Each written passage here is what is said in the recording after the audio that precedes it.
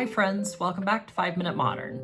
My name is Cindy, and I've been taking a little break, but I'm so glad to be back because today we're talking about one of the most provocative works in the history of modern art. A piece that has shocked, thrilled, and confused audiences for nearly a century. I'm talking, of course, about Meret Oppenheim's Breakfast in Fur. Oppenheim made this work at the start of her career in 1936 when she was only 23 years old. Originally born in 1913 to Swiss parents in Germany, Oppenheim moved to Paris at 18, both to study painting and to escape the monotony of a Swiss boarding school. The young Oppenheim was naturally drawn to a Surrealist style, even before making contact with the Surrealist group led by André Breton. It was no wonder that she was quickly discovered by Breton's group and widely celebrated. Oppenheim was held up by the Surrealists as their ideal, the wild young woman charged with an almost mystical level of eroticism. Such impressions of Oppenheim were heightened by Man Ray's 1933 photo, in which Oppenheim posed ink-stained and nude behind a printer's wheel. The photo is typical of the Surrealist movement's interest in creating scandal, but also of the movement's often problematic treatment of its women. While the Surrealists embraced female artists and celebrated female sexuality, women were also treated as sexual objects whose greatest purpose was inspiring male creativity. At first glance, Oppenheim might seem to fit this role perfectly. She was condescendingly referred to as Little Meret by the male Surrealists, and Man Ray referred to her as Surrealism's muse. But Oppenheim herself never embraced the role of muse and actively subverted it in her work.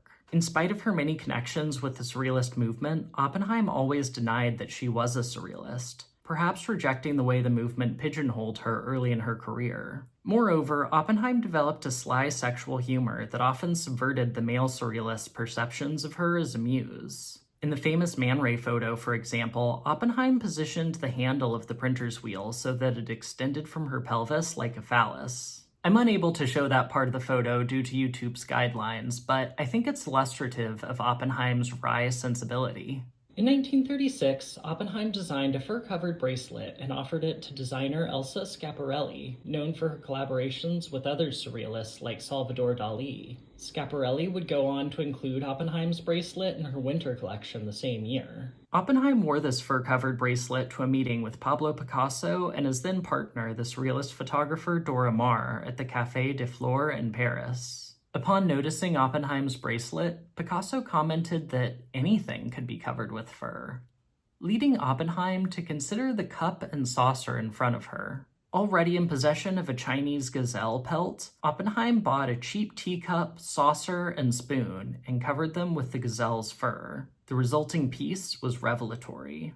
Oppenheim's work did build on a well-established tradition in the Surrealist movement. Marcel Duchamp had pioneered the concept of ready-mades, ordinary consumer goods repurposed as art objects. Surrealists like Man Ray took Duchamp's concept still further by combining two disparate objects which together made a shocking and provocative juxtaposition.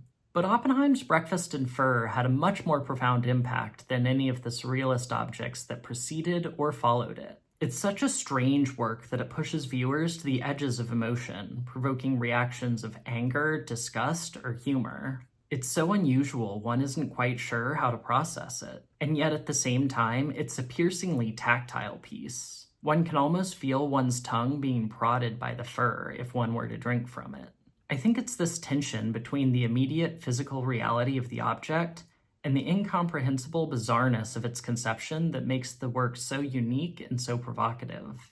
Typical of Oppenheim's work, there's also a body reference at play. The image of drinking from a furry teacup evokes performing oral sex on a vagina lined with pubic hair. The same year of its creation, Breakfast in Fur was shown at the Museum of Modern Art's Fantastic Art, Dada, and Surrealism show, where it created a tremendous stir.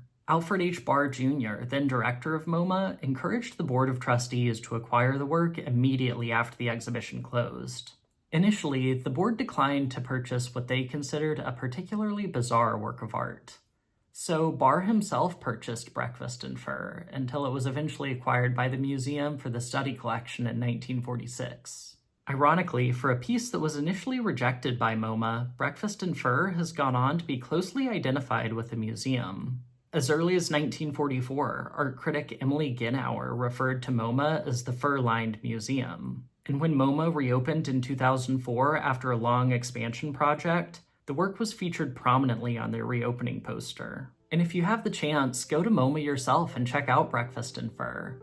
You'll see that it remains one of the museum's most popular and provocative pieces. Thanks so much for watching this one. As always, I hope you enjoyed the video and I hope you learned something new. Please remember to like and subscribe, and I'll see you in the next one. Bye.